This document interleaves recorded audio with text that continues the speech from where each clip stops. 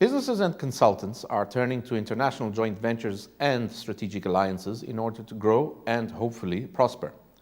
That is why we are talking to Professor Arun Singh, an authority in business and contract law, mergers and acquisitions, and corporate deals. Wise words for potential partners from two different cultures getting together for an international joint venture or strategic alliance. Is there a need for respect or good entrepreneurship?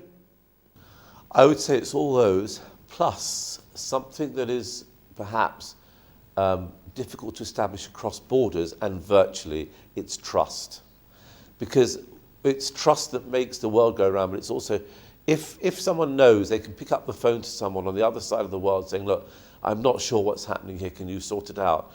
And they have full faith and confidence and trust in that person doing it, that's what makes the joint venture. Yeah. As well as the other issues such as finance and skills makes the joint venture. But people are a lot more astute than you think they are. Because whilst you may be speaking the same language, or speaking different languages, remember that only 7% of what we actually communicate is through words. The rest is through our approach, and people can read that quite carefully.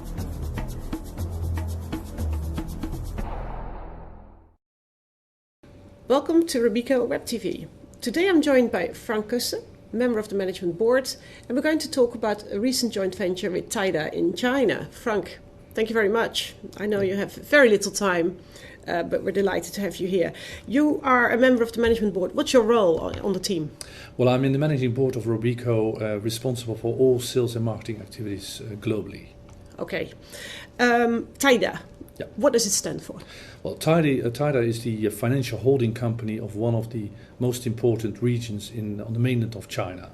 In China, there are two regions that have been developed in the past 15 years as economic development zones, which is Shenzhen in the south and Shanghai in the middle. And now the government has decided to also award a third region, which is the Tianjin region, with such a special treatment. And the Taida company is the financial holding company of this region, taking care of all the financial investments of this region. And what's the specific focus of this region? Well, in fact, this region is proposed to become a high-tech economic area. So that's why both in finance as well as in other areas, they get all kind of preferential treatments to set up business. Okay. You obviously, in your marketing and sales role, trotting around the world, came across them, and you decided to close a joint venture. What's the reason, the rationale behind this? Well, first of all, we know Taida already for quite some time. It's a very well-established institution. It's an institution that takes long-term developments into consideration. It is easy to deal with them because they have a very international and best practice approach. But what's made us decide to move with Taida was that we found a common interest in developing products for the institutional market in mainland China in the area of sustainability. That has to do with the fact that the Chinese government, as I mentioned, is giving preferential treatment to Tianjin and their financial holding group, also in the area of sustainability, which is a great concern of the government.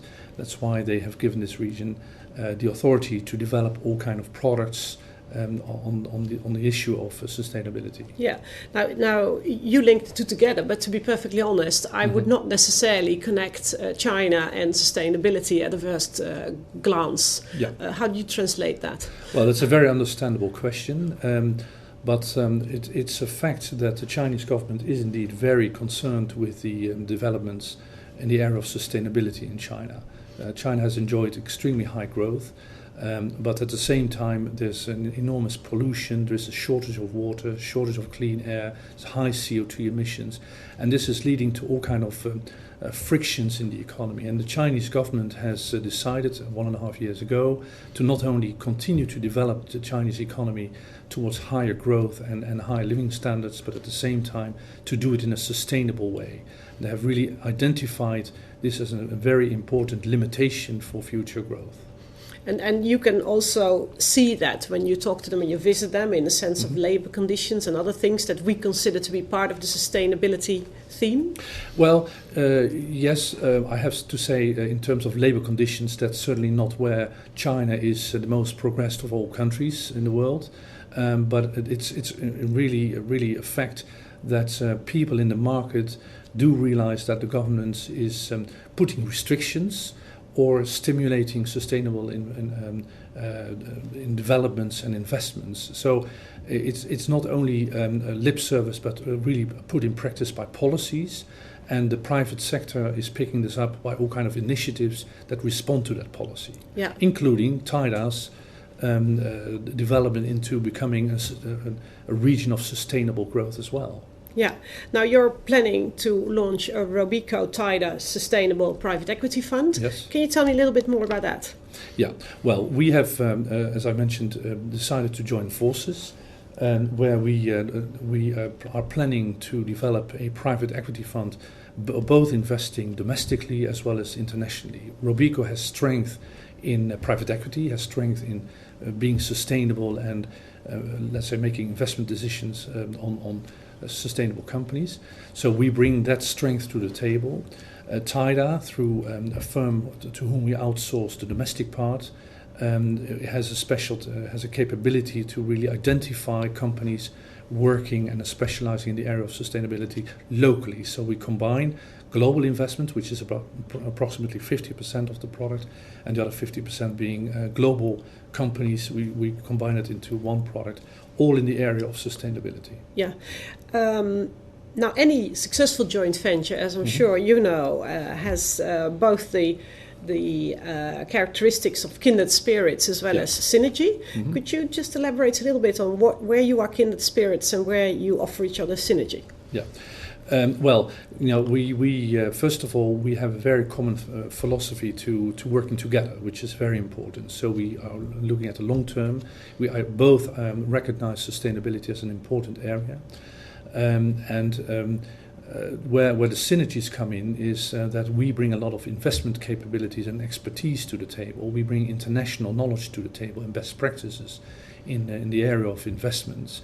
And TIDA brings to the table domestic knowledge and connections and knowledge into the local market. So there is a commercial and an investment expertise combination that we really believe will work very well.